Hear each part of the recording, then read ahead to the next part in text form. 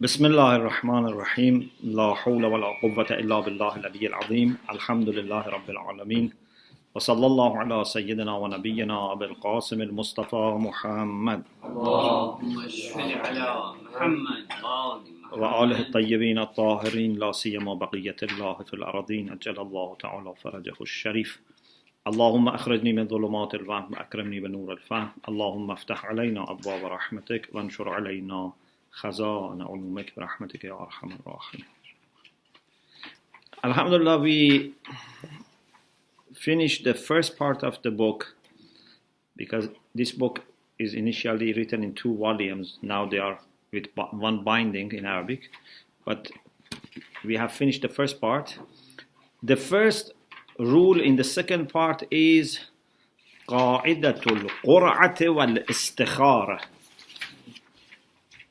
the rule of drawing lots and istikhara, which literally means seeking goodness. So one of the rules that our scholars have addressed in fiqh and usul is qa'idatul qur'ah. Al-Qur'ah means drawing lots. Sheikh Naraqi in al-Qawa'id has addressed this. Sheikh Ansari and some other ulama, some people have addressed it in fiqh, some in usul. So there are different discussions about it. And he says, the author, Sheikh Irwani says, as far as he knows, he has not found any independent book on this. But among other topics in usul and fiqh, ulama have addressed this. There are many hadith about Qur'ah, and Sheikh Hurra Amili, rahmatullah alayh, in his Wasa'il al-Shia has tried to bring many hadith about Qur'ah, drawing lots. In Kitab al-Qadha, the book on judgment, there is a section 12, is about Qur'ah. And also about istikhara, which is a type of drawing lots or something similar to that. When you have doubt, you don't know what you do, what option you should choose, you do sometimes istikhara. We will inshallah talk about this as well. As normal, we have few topics to cover. One is madhmun al-qa'ida. What's the definition, meaning of this rule? What is the proof, madrak, argument, evidence, proof? The third point is this qaida for something which in reality is decided, but you don't know which one? Or even if something is not decided in reality, both of them can be included. Or the next topic is this qaida for cases in which there is quarrel and dispute, as we say, tanazu. So 2 parties have dispute and they need someone to judge and settle. Or even if there is no tanazu, for example, you yourself have doubt. Okay? What should you do? For example, you say, I made a nazr to give one of my, for example, dresses to poor people. But now you don't know which one you had made nazr. You forgot. So what should you do? So is it applicable to such cases, or it is only when they go to the court and the judge wants to settle the debate between 2 people? Is Qur'ah aslun or amara? Means is it a practical principle, or it is amara which discovers reality, has kashifiyah, tariqiyah? Is Qur'ah something that only Imam alayhi salam can do in the time of huzur, or others also can apply Qur'ah? Because we have a hadith and also actually 2 hadiths, but one clearly says Imam, another one also is used to argue that it is only Imam. Is Qur'ah rukhsatun or azimatun? You remember, rukhsa means you have permission to do it. Azima means you must do it. So, do we need to do Qur'ah and we have to go by its result? Or it's a choice? Mawradul Qur'ah. When and where you apply Qur'ah. Kayfiyatul Qur'ah. How do you do Qur'ah? How do you draw lots? Then about istikhara. And then at the end there is tatbiqat. So you make niyyah and I do some istikhara. Okay. Mazmoon al-Qa'id. So the meaning or definition of Qa'idatu al-Qur'ah. Sheikh Irwani says the meaning and the definition of this rule seems to be very obvious. And that is when you have a case that you cannot decide what was the one that your duty, your responsibility, your taklif, for example, belong to it. Okay? Or, for example, two people have come to you as a judge and you have to settle this, or as a hakim shar. So, any case which is undecided, salam alaikum, which is undecided, and we have to be firm and settle the debate. And of course, this is some cases, about some cases, that there is no asl or amara. Yeah? If there is a amara or there is asl, then we don't have doubt. This is when there is nothing, and we have to do at the end something to solve the problem. But if there is amara, we go by amara. If there is no amara and there is asl amali, we go there, okay? So for example, when they can do istishab, you know, previous condition, you don't do qur'ah. You do istishab. But I thought in the jahl, there's always the possibility of one of the usul. If you don't have istishab because of no hal al-sabiqa, then maybe there's ihtiyat or tawaqquf, or for example, fara'at. So there's always some sort of possibility of us. Is that correct? No, because sometimes those things cannot help. For example, if a person has, say, 2 cars and has sold one of them to another person, and now they disagree and they come to the judge. They know one of the cars is sold. He says, this car is sold. The other one says, that car is sold. What do you do? Ask the buyer. Why the buyer? Because he will find the buyer wants to give the one which is not good, for example. One of them has a fault or is cheaper. If he's not honest, yeah. So here you cannot do, for example, I do istishab, or I do bara'a or takhir or ihtiyat, because this is not about your duty. It's something between 2 people. Yeah? You cannot say, okay, for the sake of ihtiyat, we give both of them to the buyer. Because this is against ihtiyat. We know that one of them is, yeah? Or for the sake of ihtiyat, we give none of them to the buyer. This is also, do you get my point? Yeah. There is no way to solve this problem with previous practical principles. Okay? So we have to find a practical measure. Okay, madrakul qa'idah.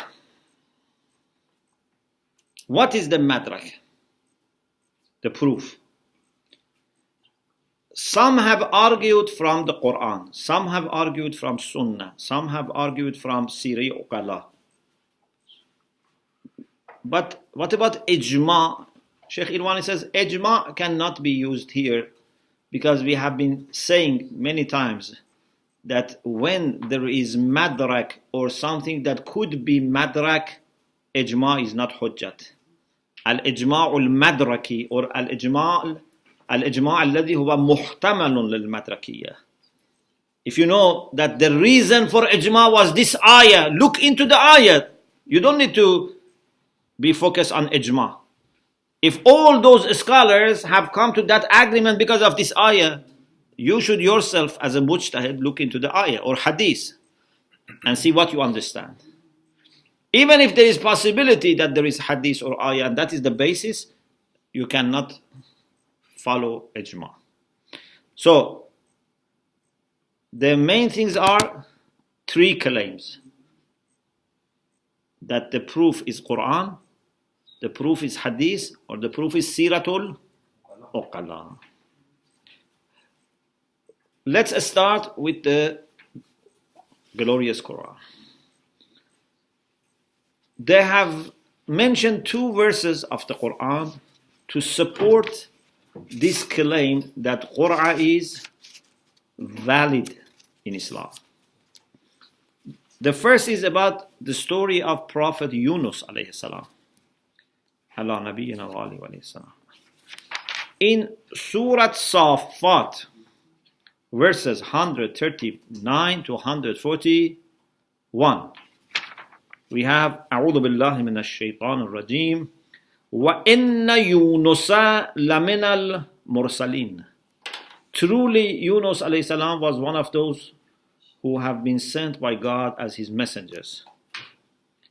إذ أبق إلى الفلك المشحون فساهم فكان من المدحضين. As you know, the story is that the people of Yunus, the Qawm of Yunus, and this is important in the discussions about unity of God and unity in God and some other discussions. I have mentioned that when you look at the Quran, the way Allah describes the relation of prophets and people that they wanted to guide is Qawm. Yunus and Qawmihi, Salih and Qawmihi, Thamud and Qawmihi, Prophet Muhammad and Qawmihi. Yeah? Because you cannot guide some people if you are not considering yourself as one of them and they don't consider you as one of them. No prophet was a stranger to the people that he was sent to them. It's a very important point. If you want to do tabligh, you cannot be a stranger to that people. You can give lecture to strangers, but you cannot do tabligh to strangers. So in your mind, in your heart, in your speech, in all these 3 levels, you should consider them as your people.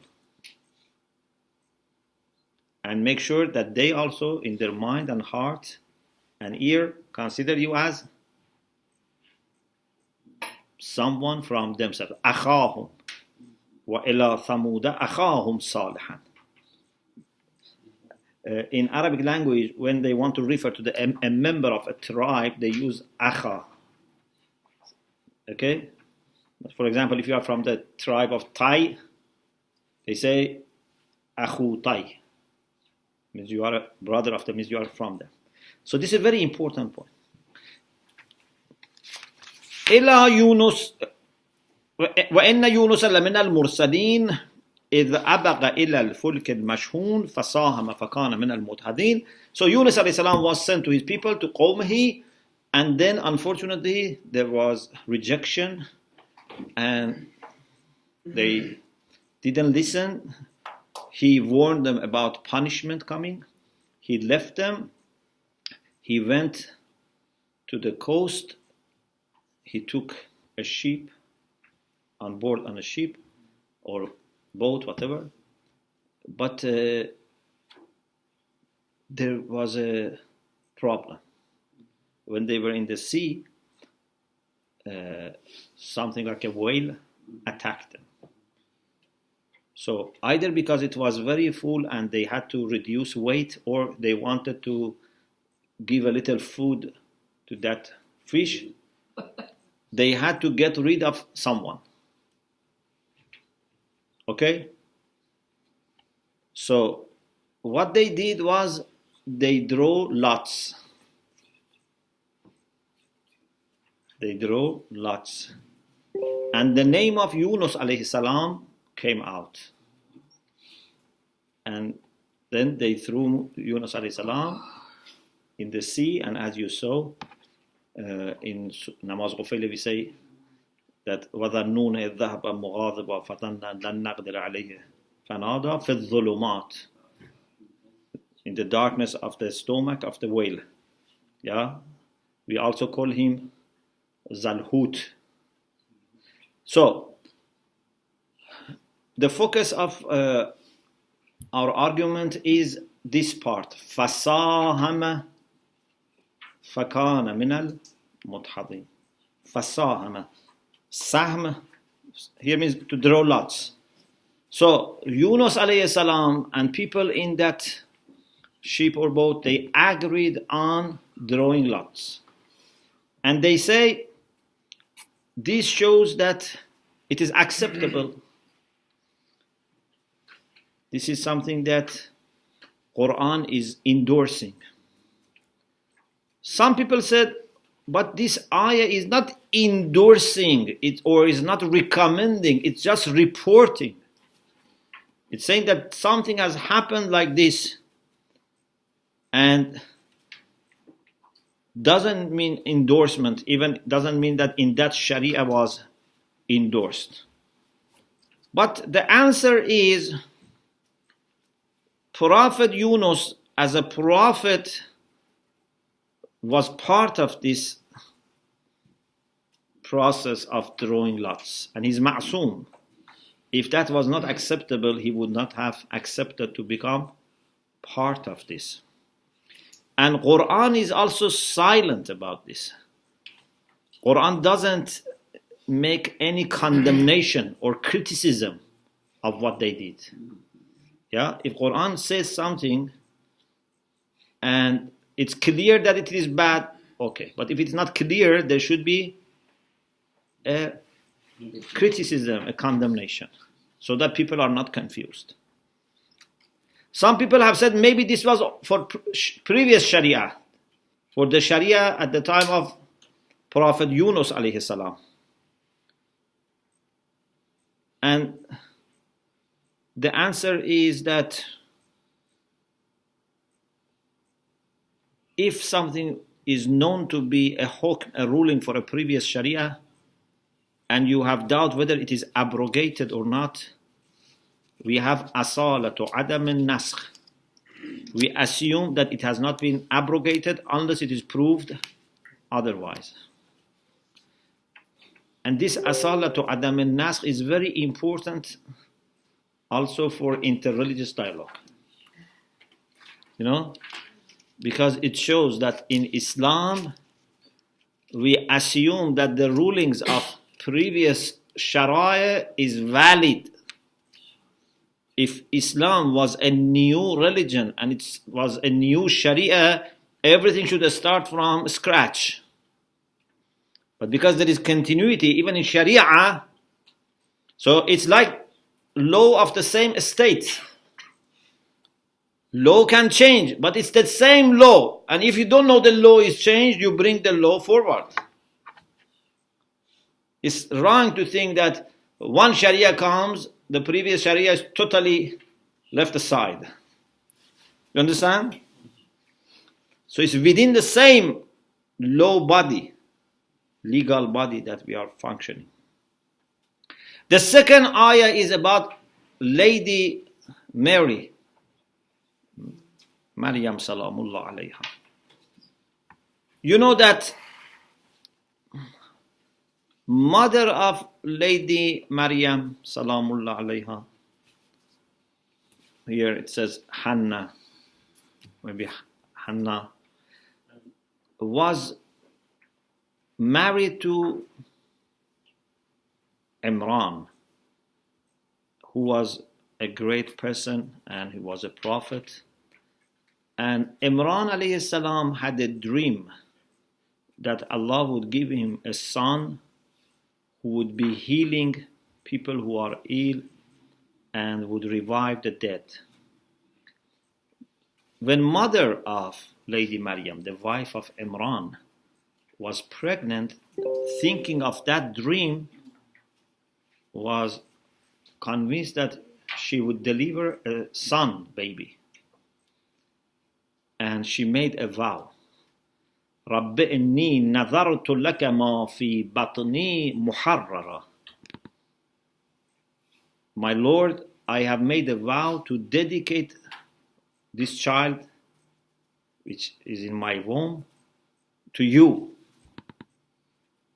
That was a special vow that you give your child to God to spend all his life in the temple, in Baytul Muqaddas. Okay? But when she delivered the baby, she realized that it is a girl. And the Quran says that she said, وَلَيْسَ الذَّكَرُ كَالْأُنْثَى. But still, she kept her promise. So, those priests and worshippers, monks who were in the temple, because they knew Prophet Imran and they knew they are a very important family, pious and noble, they had a kind of competition. Who would look after this little Mary in the temple? Okay? So Quran says, وَمَا كُنْتَ لَدَيْهِمْ إِذْ يُلْقُونَ أَقْلَامَهُمْ أَيُّهُمْ يَكْفُلُ مَرْيَمَ وَمَا كُنْتَ لَدَيْهِمْ إِذْ يَخْتَصِمُونَ. You were not with them when they threw their pens to understand who is going to take care of Maryam, and when they were disputing. As you might have seen in the movie, there was a little like river and they threw their pen and all of the pens sank, except for Zakaria alayhi salam. Who is referring to Ma Kuntu? You. Prophet Muhammad sallallahu alaihi wasallam. وَمَا كُنْتَ لَدَيْهِمْ إِذْ يُلْقُونَ أَقْلَامَهُمْ أَيُّهُمْ يَكْفُلُ مَرْيَمَ وَمَا كُنْتَ لَدَيْهِمْ إِذْ يَخْتَصِمُونَ. Again, the same objections may be repeated, that this ayah is not giving any instruction, it's a story. But we say, when the Quran mentions a story and doesn't condemn or criticize, it shows that it is approved.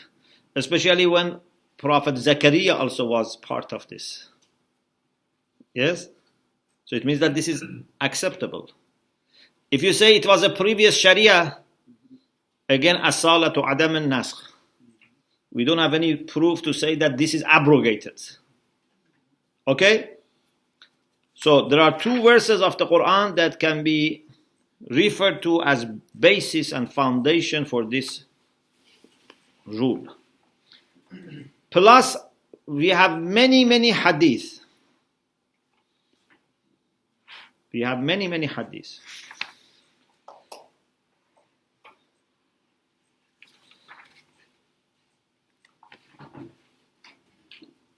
Even it has been said, maybe there is tawatur. There are so many hadiths that maybe we can say there is tawatur. You know tawatur means in every generation of narrators, so many people have narrated this that there is no chance of making mistake or fabrication. But we have two types of tawatur. Do you remember? Yeah. We have a tawatur al-lafzi, linguistic. It means that they all have narrated the same terms, the same expression, same words. Ma'navi means conceptually they are mutawatir, but not the exact wording. For example, hadith of man mata wa lam ya'rif imam zamanihi mata mitatan jahiliyyah. That's mutawatir, but maybe mutawatir ma'navi because there are some changes in the wording. Man kuntu mawla fa haza aliyun mawla. Maybe this is mutawatir, lafzi. Anyway, tawatur can be lafzi, can be ma'navi. Here it is ma'navi about Qur'ah. We have many cases, but it's ma'navi. We have two types of hadith, if you want to classify very broadly. There are hadiths that refer to Qur'ah in a general way. And there are hadiths that refer to Qur'ah for particular cases. Al-akhbar al-amma and al-akhbar al-khasa. Not akhbar al-amma. Akhbar al-amma and akhbar al-khasa means hadith narrated by Sunni or hadith narrated by Shia. We don't say akhbar al-akhbar al-amma. Al-akhbar al-khasa means general hadith or a specific hadith. Al-amma is about different cases, general. For example, there is Sahiha of Muhammad ibn Hakim. It's Sahiha, it's authentic. سألت أبا الحسن عليه السلام عن شيء. I asked Imam Kazim alayhi salam about something. He doesn't say what. We don't know what was the question about, but something. فقال لي كل مجهول ففيه القرعة. Imam alayhi salam said, for everything unknown, you draw lots. قلت له إن القرعة تخطئ وتصيب. Drawing lots can sometimes meet the truth and can sometimes miss the truth. Yeah? تخطئ وتصيب. قال كل ما حكم الله به فليس بمخطئ. Whatever Allah has ruled and judged would not be missing the truth. Allah said, do qur'ah, it's your duty, and you do it, and inshallah you will meet the truth. So, if someone says, we don't know what was that shay, what was that thing that he questioned about, we say, okay, you don't know that, you don't know that, but we have a general rule. We say, whenever the question is specific, but the answer is general, or when there is a case which is specific, but what has been said is general, which one is more important? The general. Al-ibratu bi-umum al-warid wa laysa bi-khusus al-mawrid. Is it clear? For example, someone says, in my Salatul Fajr, I doubted between Rak'ah 1 and 2. And Imam, for example, says it's a void, batil. The question was about Salatul Fajr, but it's not limiting the answer. If Imam says whoever doubts between 1 and 2 has to repeat, for example. Or the one who asks question might be a man or woman, but it doesn't limit. Yes, if there is a good possibility that even the answer is a specific, that's another issue. So you should look at the answer. Imam alayhi salam, he says, كُلُّ مَجْهُولٍ فَفِيهِ الْقُرْآنِ. This is not a specific. كُلُّ مَجْهُولٍ. Doesn't say, for what you said, do Qur'ah. He said, كُلُّ مَجْهُولٍ. Kul is for umum. كُلُّ مَجْهُولٍ. Yes. How is it different from gambling? Gambling? It's a game of chance. No. There is a right here. We want to find out who has the right. It could be the wrong as well, like the hadith says.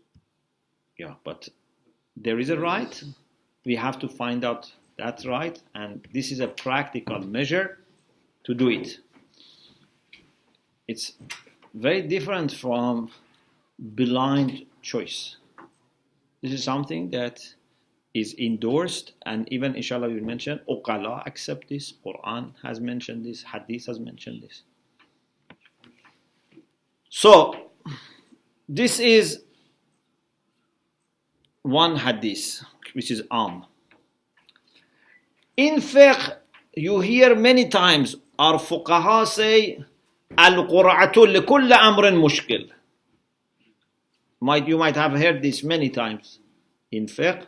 Al-Qur'atu likulli amrin mushkil. Sheikh Irwani says, this is not exact expression that you find in hadith. This is the result of ulama, the result that ulama have come to, the conclusion that ulama have come to. The nearest thing to this is what we have in Da'a'imul Islam from Amirul Mu'mineen, Imam Baqir, Imam Sadiq, that they said, Qur'a fima ashkala. They said we should do Qur'a when there is something mushkil. You know mushkil means difficult, means something which is not clear, which is not decided. So, this hadith is weak because we don't know exactly the chain of narrator, and the sanad is not very good.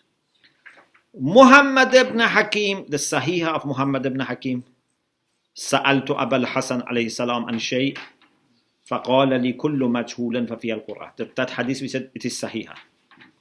So some people have said no, it is not Sahih, because when Sheikh Tusi mentions his tariq, his line of connection,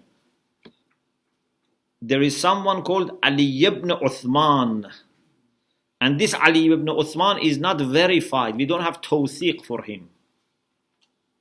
But we don't need to follow the line of Sheikh Tusi. Sheikh Saduq also has his chain, and according to his chain, it is Sahih. You remember we said many times Sheikh Saduq, Sheikh Tusi, when they mention the first person in the chain, that's not the first person that they have heard from him. It's not that that person was their master or sheikh. That person is the person who has an asl, who has a book. And between Sheikh Tusi and the book, there can be few people. But they have given the names of them in their mashikha. For example, end of the book, they say, whatever I have quoted from this book is through this line. So what you're saying is that the same hadith has 2 or 3 chains, and one is Sahih, and that's enough. Yeah, that's enough. What about Muhammad ibn Hakim? Sheikh Tusi and Najashi have mentioned him, but they have not verified him. But Kashi mentions a story. You know Rajal Kashi. Kashi mentions a story that shows this person was somehow representing Shia and representing Imam alayhi salam. And Imam would not give someone such position if he had no trust. The story is this. Kana Abu al-Hasan alayhi salam, Imam Qadim alayhi salam, يأمر محمد بن الحكيم أن يجالس أهل المدينة في مسجد رسول الله. He used to ask him to sit with the people of Medina in the mosque of the Prophet, وأن يكلمهم ويخاصمهم حتى كلمهم في صاحب القبر. He used to argue and discuss with the people, even about the Prophet, about other personalities. فكان إذا انصرف عليه قال له ما قلت لهم وما قالوا لك ويرضى بذلك من. He used then to go to Imam and report to Imam that this is what I said, this is what people told you, sent a message for you, and Imam was happy, was pleased. Now who is that person? I forgot. Muhammad ibn Hakim, the person who narrated that hadith. سألت أبا الحسن عن شيئا فقال لي كل مجهول ففيه القرعة. The same Muhammad ibn Hakim. So, Sheikh Irwani says, when a person is representing the school of Ja'fari, the school of Ahlul Bayt, and is like a spokesman, it means that he was reliable in the sight of Ahlul Bayt alayhimus salam. We have also a specific hadith. We said al-akhbar al-amma, al-akhbar al-khasa. Amma was about general. For example, we said كل مجهول ففيه القرعة. But khas, there are many. For example, صحيحة إبراهيم ibn Umar and Abi Abdullah alayhi salam. One of the narrators, Ibrahim ibn Umar, narrates from Imam Sadiq alayhi salam. A man said, أول مملوك أملكه فهو حر. The first slave that I own, I will free him. Then his father, for example, died. And his father had slaves. When his father died, he received as inheritance 3 slaves. But at the same time, what should we do? He said, the first slave that I own, I will free. But he has received now 3. What should we do? Imam Sadiq alayhi salam said, يَقْرَعُ بَيْنَهُمْ or يُقْرَعُ بَيْنَهُمْ. He will draw lots, or lots will be drawn among these 3. فَمَنْ أَصَابَهُ الْقُرْعَةِ أُعْتِقَهُ. Whomsoever's name come out, he will be freed. إعتاق means to free. قال فالقرعة سنة. The Imam said, Qur'ah is a sunnah, is a conduct that Prophet ﷺ and Ahlul Bayt accepted and used to do. Sheikh Irwani says, actually, because of the last part, al-Qur'atu sunnatun, maybe we can even put this in the list of akhbar ammeh. Yeah? The first part is khas, because it's about case of a slave and inheritance. But the second part, wal-Qur'atu sunnatun, is